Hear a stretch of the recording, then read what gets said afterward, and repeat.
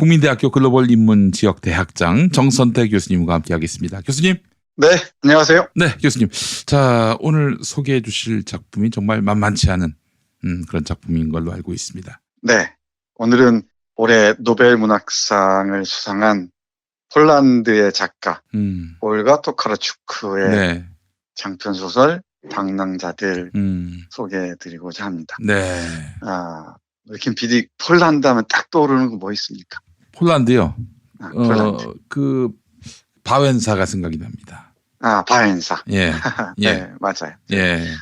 노동조합. 네, 그렇습니다. 예. 네. 쇼팽. 네. 네. 뭐 큐리 부인 얘기하는 사람도 있던데. 네, 그렇습니다. 네. 또 월드컵 첫 번째 승리 팀. 네. 그런 생각도 나고 말이죠. 네. 네. 그리고 이 시간에 오래전에 소개해드렸었는데 네. 비라바 심보르스카라는 아주 유명한 시인도 있습니다. 노벨 네. 문학상을 수상한 끝과 시작이라는 작품을 소개해드린 적이 있어요. 네. 그리고 올해 또 다시 노벨 문학상을 수상한 올가 토카르추크. 네. 이 문학적인 그 대지가 대단히 탄탄하다는 생각을 하지 않을 수가 없네요. 네. 근데 이 올가 토카르추크의 소설은 오늘하고 내일 소개해드릴 텐데 네. 우리가 일반적으로 들어왔던 소설이란 개념하고 완전히 다릅니다. 그러니까 장편 소설 그러면은 발단, 전개, 위기, 절정, 결말 이렇게 쭉 이어가잖아요. 네. 스토리가 단선적으로 이어지고 한 주인공이 등장하고 네. 또는 어떤 악인이 등장해서 서로 대결하고 갈등하고 네. 어떤 결론을 이루는 그런 과정들을 보여주는데 이 방랑자들은 그 형식에서나 전체적인 내용에서나 완전히 다릅니다. 일단 줄거리가 없어요. 패치워크 같은 작품이라고 얘기를 하는데 조각보라고 얘기하지 않습니까? 네. 여러 가지 그 천들을 하나로 박음질을 해서 보자기를 만들잖아요. 네. 그런 패치워크를 상상하시면 좋을 것 같습니다. 네. 일단 이 100여 개의 에피소드로 되어 있는데 형식적으로 보면은 글의 길이로 보자면은 짤막한 한 문장짜리가 있습니다. 네. 이를테면 이런 글이에요. 매우 긴 15분이라는 한 편의 글인데 비행기에서 8시 45분과 9시 사이 내게는 1시간 혹은 그 이상이 흐른 것처럼 느껴진다. 네. 이게 다예요. 이렇게 짤막한 그 에피소드 뭐 글이 있는가 하면은 이건 뭐 단상이라고 얘기할 수 있겠죠. 그리고 또 어떤 것들은 40~50페이지에 이르는 중편 소설 분량의 글, 그래서 소설 형식의 글이 있습니다. 네. 그리고 어떤 글들은 이 에세이에 속하는 글들이 있는가 하면은 또 어떤 글들은 편지, 또 어떤 글들은 연설, 뭐 어떤 글들은 정말 일상적인 수필, 뭐 이런 다양한 글들이 뒤섞여 있습니다. 그러면 다양한 목소리들이 충돌하는 거죠. 네. 이 제목이 방랑자들이라고 했죠. 네. 고대 그리스 정교에서 나온 말이라고 하는데 끊임없이 떠도는 사람들을 얘기합니다. 그러니까 이 나가, 화자인 말하는 사람이 나가 세계 곳곳을 여행하면서 부딪혔던 장소들, 만났던 사람들의 이야기들을 자신의 상념과 함께 풀어놓고 있습니다. 뭐 순례자라는 표현도 적절한지 모르겠습니다. 네. 종교적 배경이라면은. 네. 종교적으로 쓴다면은 뭐 순례자란 말도 할 수 있겠지만은 이 방랑자들이 맞는 것 같습니다. 현대인들의 그 여행들 있잖아요. 비행기를 타고 기차를 타고는 여행들을 얘기하면서 끝없이 만난 사람들 얘기를 들려주고 있습니다. 네. 그래서 제가 보기에는 방랑자들이란 말이 정확한 것 같습니다. 그 폴란드어로 비에군이라고 하는데 이 말도 순례자란 말보다는 방랑자의 뉘앙스가 강한 것으로 알고 있습니다. 그러니까 이 책의 슬로건을 제식으로 모토를 제식으로 정리하면은 나는 여행한다 고로 존재한다예요. 그러니까 여행하면서 나는 존재하는 다양한 내 모습들을 타자를 통해서 발견하는 것 같습니다. 그리고 다른 장소들을 통해서 내 모습을 읽어내는 것 같습니다. 그래서 이 유동성, 끊임없이 흐르는 것이죠. 그리고 기동성, 끊임없이 움직이는 거죠. 그리고 환상성이 하나로 결합돼서 그 책을 구성해내고 있습니다. 대단히 매력적인 그 텍스트를 구성해내고 있습니다. 네. 그러니까 여행이라는 게 사실은 우리가 장소의 이동을 얘기하기 쉽잖아요. 네. 물론 그것도 여행이죠. 장소의 이동도 여행이지만은 또 새로운 사람을 만남으로써 내가 미처 몰랐던 나를 발견하는 것도 여행이죠. 그건 일종의 나의 내면으로 향하는 여행일 수도 있습니다. 그리고 나는 공항이나 뭐 호스텔이나 거리나 뭐 역이나 곳곳을 이동하면서 책을 읽기도 하고 거기서 우연히 만난 사람들의 그 이야기들을 상상해서 들려주기도 합니다. 예를 들면은 장애를 가진 아이를 키우다가 너무 힘들어서 지쳐서 집을 나온 노숙자가 된 어떤 여인의 이야기가 있습니다. 그런 상상을 보여주는 거죠. 그리고 아라비안 나이트라는 책을 읽다가 이 현실과 관련된 얘기를 끌어내요. 또 어떤 그 에릭이라는 인물을 얘기할 때는 허먼 멜빌의 모비딕을 빌어서 네. 이 에릭의 삶을 들려주기도 합니다. 이렇게 끊임없이 흐르면서 유동하면서 그리고 움직이면서 그 환상적으로 상상을 통해서 그 사람들의 삶들을 재구성해내는 것이죠. 나와 타자가 만나는 길, 여정으로 여행을 다시 얘기할 수도 있을 것 같습니다. 이를테면 이런 문장들을 보십시오. 모든 여행자의 시간은 수없이 많은 시간이 하나로 모인 결합체다. 그것은 혼돈의 대양 속에서 정리된 시간, 섬과 군도의 시간이다. 기차역의 시계가 만들어내는 시간, 가는 곳마다 달라지는 그때그때 약속된 시간이자 자우선의 시간이기에 그 시간을 심각하게 받아들인 사람은 아무도 없다. 날아가는 비행기 안에서 시간이 사라져버리고 먼 동이 트기가 무섭게 오후와 저녁의 발소리가 계단에서 들려온다. 이런 식으로 여행을 하면서 다양한 시간을 경험하는 겁니다. 네. 우리 시간을 얘기할 때 두 가지 이 그리스어를 쓰죠. 네. 하나는 크로노스가 있고 하나는 카이로스입니다. 네. 크로노스는 물리적인 시간입니다. 그러니까 이 책에서 표현한 대로 얘기하자면 자오선의 시간이죠. 네. 근데 크로노스는 심리적인 또 질적인 시간입니다.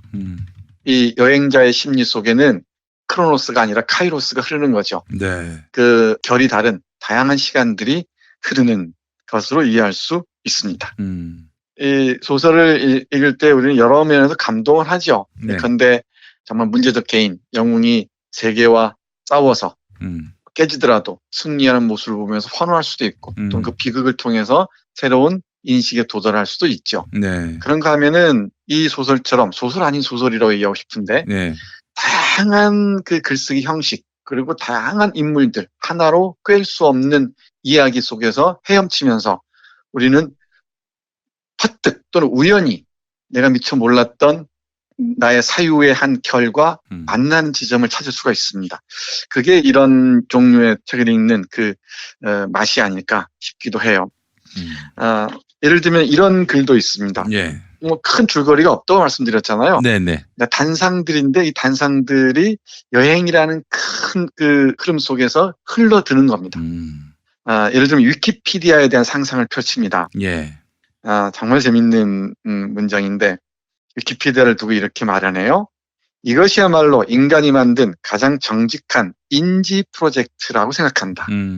신의 머리에서 나온 지혜의 여신 아테나처럼 세상에 대한 모든 지식은 결국 우리의 두뇌에서 비롯된다는 사실을 위키피디아는 일깨워준다 하면서 위키피디아의 강점을 찬양한 다음 또 이렇게 얘기합니다.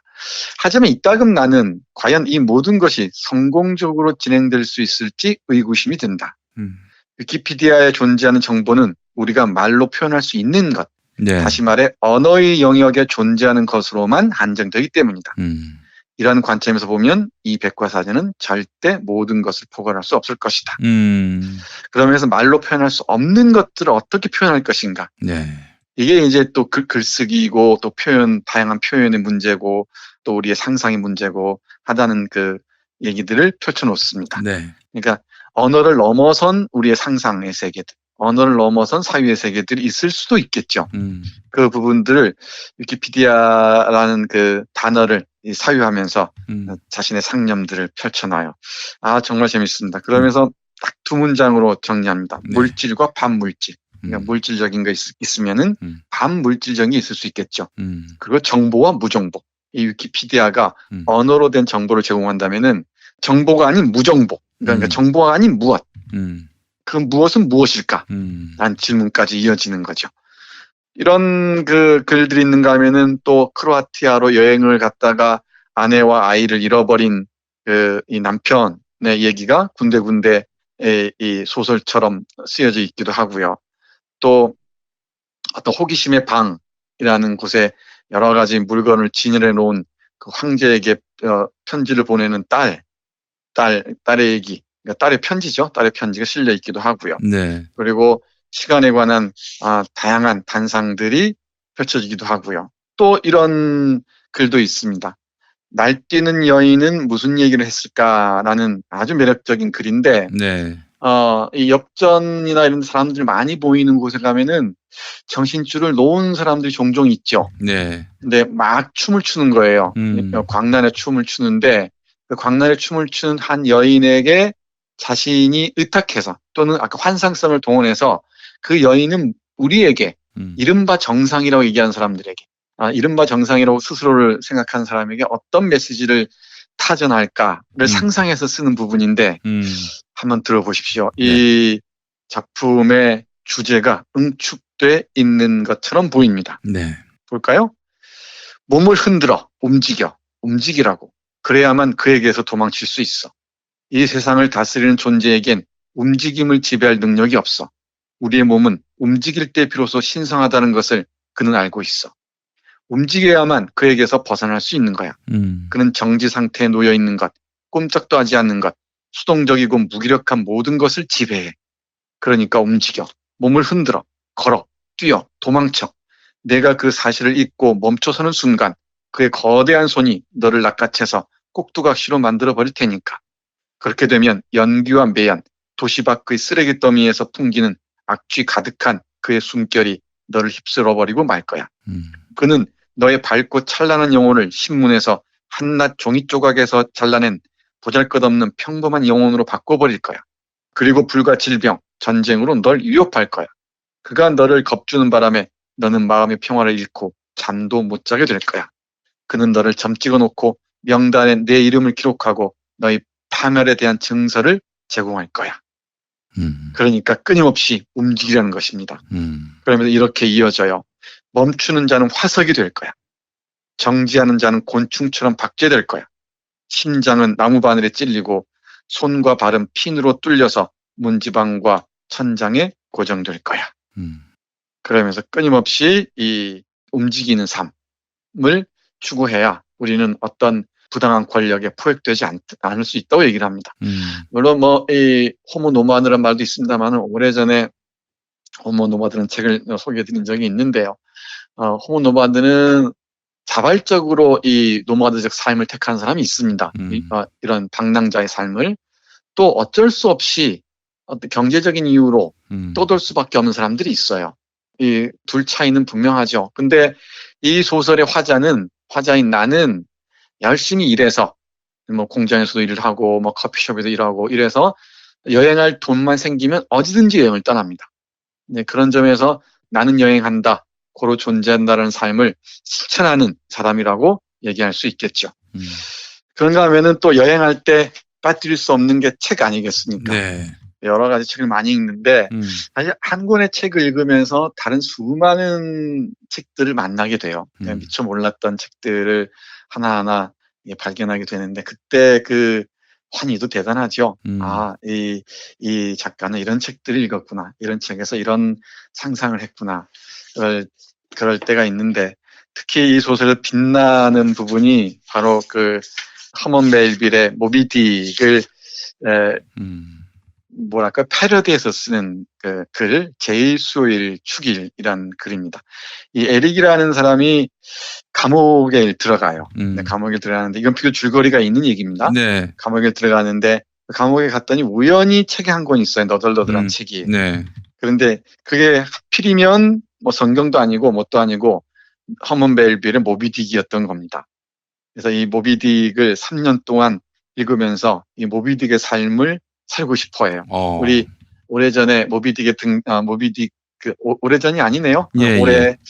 5월인가 6월쯤에 모비딕 소개해드린 적이 있습니다. 고래 이야기죠. 예. 네, 대단한 소설입니다. 네. 네, 여기에 이스마엘이나 이 스터벅 이런 사람들이 등장한다고 그랬잖아요. 스타벅스. 네, 맞아요. 기억하시네요. 예. 네, 그 모비딕을 읽으면서 이런 어떤 일이 벌어지는지 이 에릭이라는 인물을 통해서 보여주는데 이런 소설들이 대단히 흥미롭습니다. 네. 이런 걸 좀 전문적으로 말씀드리면 상호 텍스트성 이렇게 얘기하는데 예. 상호 텍스트성 이러는데 네. 이런 몰라도 됩니다. 예. 그러니까 멜빌의 모비딕을 가지고 와서 이 자기 작품에 등장한 한 인물이 그 모비딕에서 보이는 삶을 이어나가게 하는 거죠. 네. 그러니까 이 텍스트와 텍스트가 만나는 지점을 이 글로 표현하고 있다고 얘기할 수 있을 것 같습니다. 그 부분 잠깐 읽어볼게요. 이 아주 너덜너덜하게 바랜 책을 읽는 장면입니다. 네. 그리하여 에릭은 3년 동안 공짜로 영어 실력을 갈고 닦을 시간을 누리게 되었다. 책 한 권을 독파하는 고급반용 영어 수업, 문학적이면서 고래학적이고 여행 심리학적인 어학 코스, 바로 허머 멜빌의 모비딕이 그런 책이라는 얘기입니다. 산만하게 이것저것 손대기보다는 하나에 집중하는 효과적인 방법이었다. 5달이 지나자 에릭의 실력은 이스마엘의 모험담을 거의 외워서 낭송할 수 있는 수준에 이르게 되었다. 이 이스마엘이 모비딕의 화자였잖아요. 네. 등장인물에서 에이허브의 목소리로 말하는 건 특히나 에릭에겐 짜릿한 기쁨을 선사하곤 했는데 마치 편안한 옷을 입은 듯 에릭의 본성과 워낙 잘 들어맞았기 때문이다. 우리 모비딕에 등장하는 아주 고래를 잡기 위해 모비딕을 잡기 위해 몸부림치는 에이허브 선장이 있었죠. 네. 선장을 에릭이 연기하는 것입니다. 대단히 흥미진진합니다.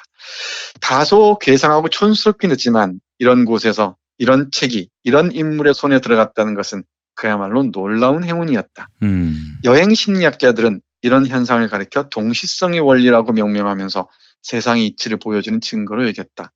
의미의 실타래, 기이한 논리의 그물망이 이 아름다운 혼돈 속에서 사방으로 펼쳐져 있다는 살아있는 증거 말이다. 그리고 신을 믿는 자의 시각을 보면 이것이야말로 신의 손가락에 새겨진 일그러진 지문의 흔적과 같은 것이라고 에릭은 생각했다. 네, 이렇게 이어지는데요.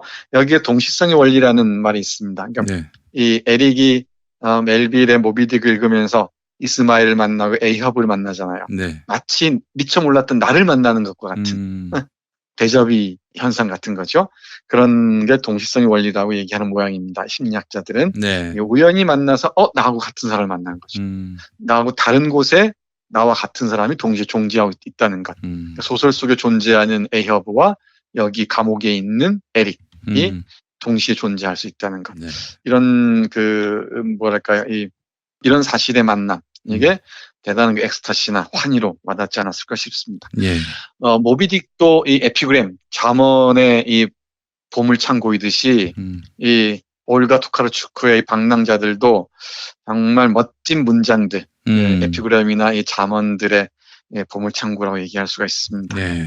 정말 멋진 책입니다. 이 줄거리를 정리하지 못하니까 한눈에 딱 들어오지 않습니다. 네. 그게 이 책의 매력이에요. 이런 책은 처음부터 꼼꼼히 읽지 않아도 됩니다. 손 가는 대로 여기저기 짧으면 짧은 대로, 길면 긴 대로 이 책의 특징을 파악한 다음에 읽으시면은 어느 순간에 이 책이 하나의 조각보처럼 내 앞에 펼쳐지게 될 거예요. 저는 어느 쪽이냐면은 노벨문학상을 받았다 그러면 잘 안 읽는 편이에요. 그 순간에는 한참 좀 미뤄뒀다가 나중에 읽는 편인데 네. 왜 우리 그런 게 종종 있죠. 남들 영화 다 본다 그러면은 괜히 좀 미뤄두고 싶고 그럴 때가 있잖아요. 왜? 그런데 올해 노벨문학상 수상작인 이 방랑자들은 대단한 감동을 받았습니다. 이 내일 소개해드릴 이 태고의 시간들도 마찬가지인데 두 편 다 지금까지 우리가 알고 있었던 소설의 개념을 완전히 부셔버리고요. 전혀 다른 방식으로 우리에게 인식의 충격을 가합니다. 사물과 대상을 어떻게 바라보는지, 이 상상력의 혁신이라는 게 무엇인지 이 소설이 고스란히 보여주지 않는가 싶습니다. 우리 청취자 여러분들도 이 책 정말 강력하게 추천드리니까 한번 꼭 읽어보시기 바랍니다. 네, 알겠습니다. 네. 교수님, 그때 왜 노벨 문학상을 탔다고 보세요? 이런 형식의 파괴 때문일까요? 아니면 뭐 나름대로 이 시대에 주는 메시지가 있어서일까요?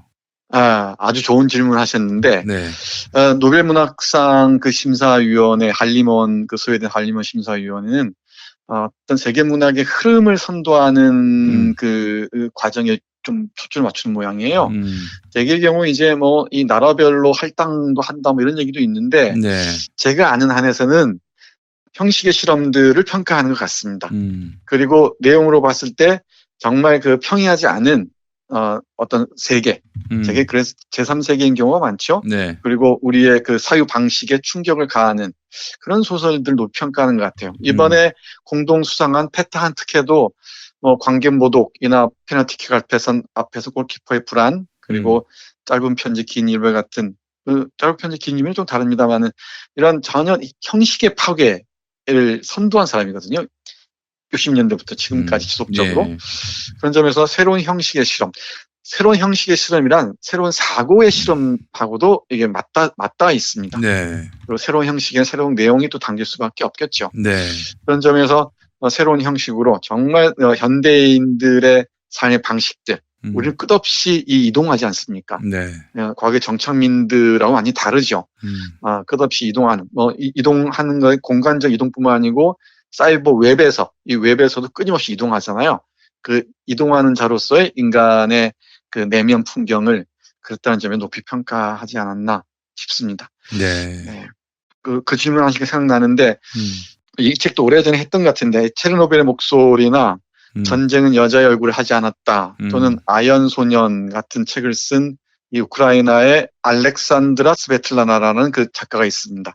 이 작가는 우리가 아는 소설을 쓰지 않아요. 이 작가는 어떤 사건, 예를 들면 체르노빌 사건을 두고서 또는 그 2차 세계대전을 두고서 그걸 경험한 사람들 있잖아요. 경험한 사람들을 오랜 세월 동안 인터뷰를 합니다. 그리고 이 인터뷰를 한 걸 재구성해서 그대로 소설이라고 이게 펴내는 거죠. 그 충격이 대단하죠. 대단했죠. 지금도 그렇고요. 지금 읽어도 놀랍습니다. 이 전쟁은 여자의 얼굴을 하지 않았다 같은 작품들은 2차 세계대전 때 소련군의 이 전쟁 인식을 여성의 눈을 통해서 보는 겁니다. 대단히 흥미진진한 작품입니다. 오래전에 소개해드렸는데 우리 열심히 공부하시는 김 PD를 위해서 다시 한번 소개해드릴 용기가 있습니다만. 알겠습니다. 언제 한번 기회 되시면 꼭 한번 소개해 주시면 감사하겠습니다. 교수님, 내일 또 작품 노벨상 관련한 작품 또 기대하겠습니다. 네, 고맙습니다.